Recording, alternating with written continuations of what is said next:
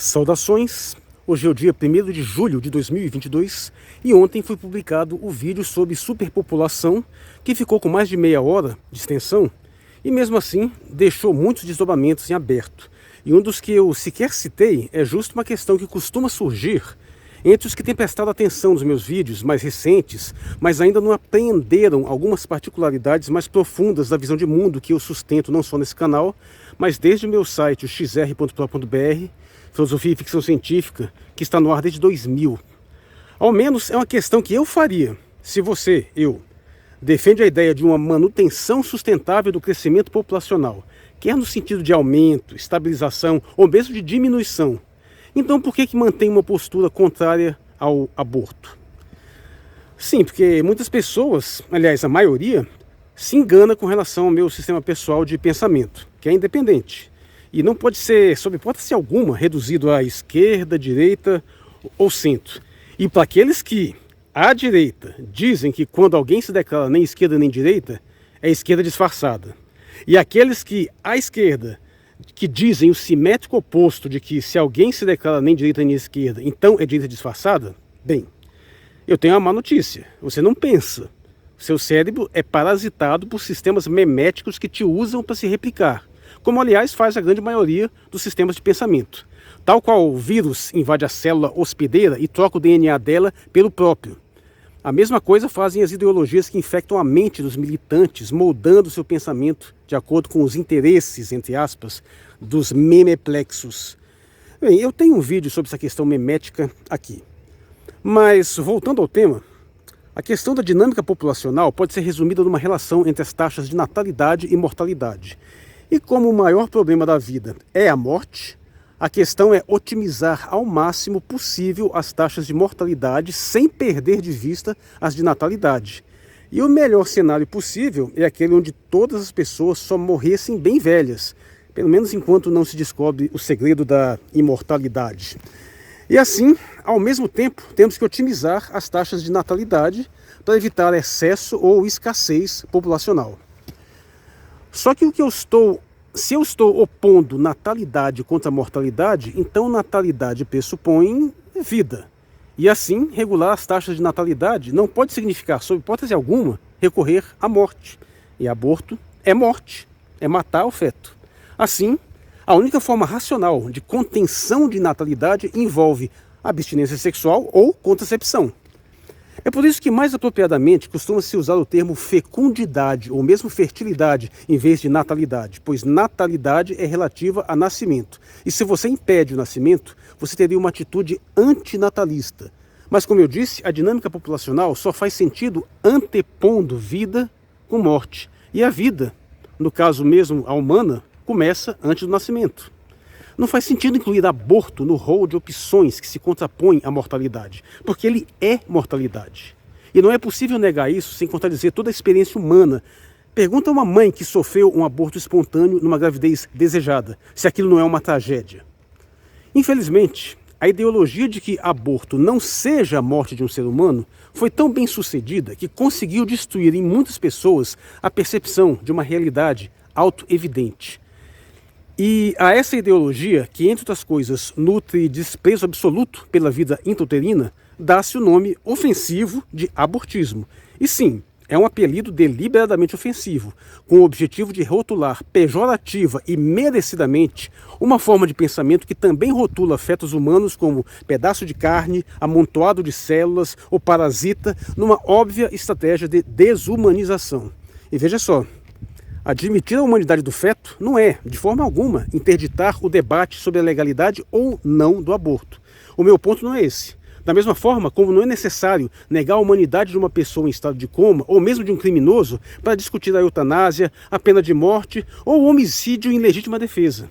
A questão é que o aborto deve ser entendido como um dilema entre a autonomia da mãe e a vida do feto. E a partir daí, construir argumentos que deem mais valor a um ou outro, tentando chegar em algum consenso. Consenso este que é impossibilitado quando se nega uma das partes desse dilema, como se a vida intrauterina não merecesse qualquer tipo de consideração. Mas, retomando o ponto, sendo então uma abordagem de contenção das taxas de natalidade, ou se preferir, fecundidade, e sendo isso avesso à mortalidade, especialmente à mortalidade infantil, então, por decorrência natural, tem que ser avesso à mortalidade intrauterina, finalizando um caminho natural de combate a níveis cada vez mais precoces e trágicos de mortalidade. E isso só não é mais óbvio pela natureza, entre aspas, oculta da vida uterina, que mesmo estando numa caixa preta, ainda assim é uma vida humana, ao menos desde o momento em que foi concebido o seu DNA. Assim, prevenir a natalidade no sentido mais profundo do termo é prevenir a fecundidade, e isso só pode ser feito lembrando por meio da abstinência sexual ou contracepção. A abstinência sexual é o menos polêmico, enquanto seja voluntária, mas não creio ser justo exigi-la de adultos, e portanto resta a contracepção, o que espero já deixe claro que eu não sou católico, por mais que tenha uma feroz crítica à cultura de morte do abortismo.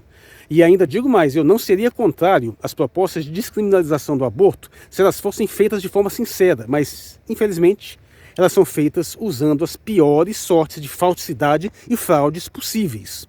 Voltando à contracepção, é nela que já podemos observar uma característica flagrante dessa desonestidade, ou mesmo insanidade abortista, que é que fala em direitos reprodutivos quando querem dizer direito não reprodutivo de abortar, e fala em autonomia da mulher sobre o próprio corpo, ao mesmo tempo que exige intervenção estatal pública para solucionar um problema evitável que foi gerado justo por uma conduta privada que pressupôs a incapacidade de exercer essa autonomia.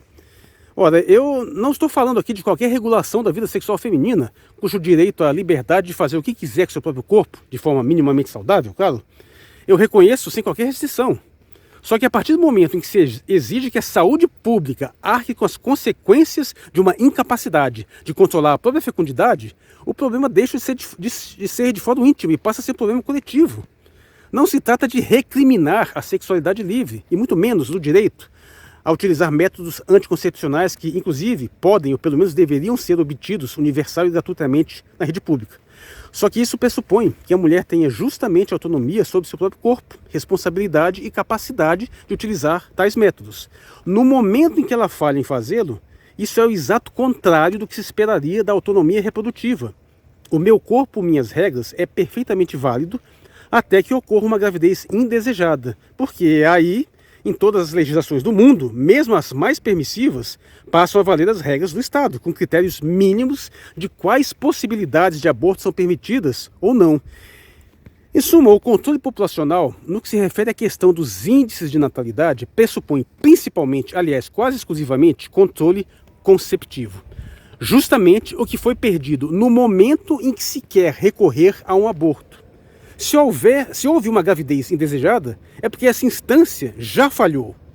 Então, o que resta é recorrer à morte para evitar o nascimento e, tragicamente, se esquecendo de contabilizar essa morte nos índices de mortalidade infantil.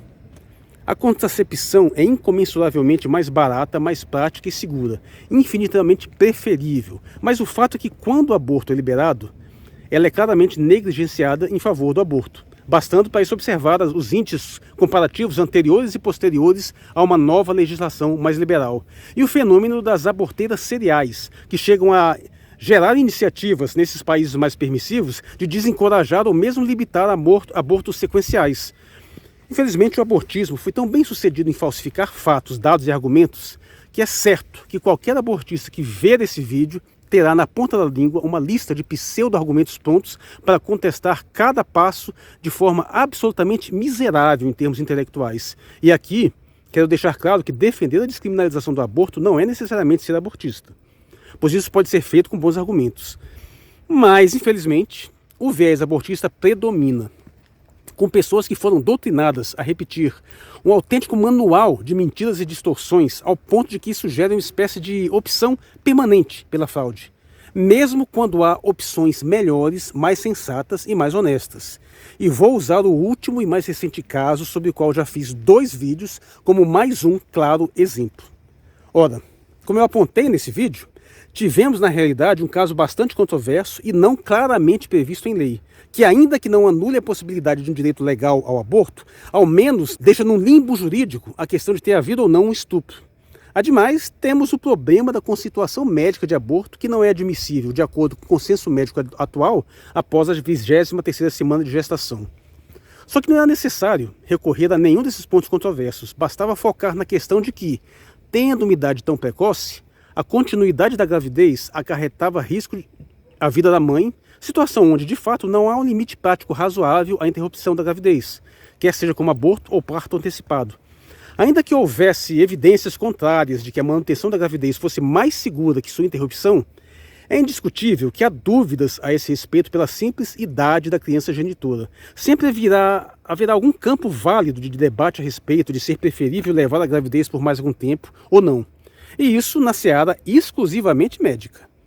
Em suma, seria perfeitamente possível defender de forma honesta a interrupção da gravidez sob a alegação de risco à saúde da mãe, na pior das hipóteses, como parto antecipado, e devido a possíveis contingências, mesmo que isso levasse a uma morte evitável do feto devido a alguma urgência, ao menos seria plausível.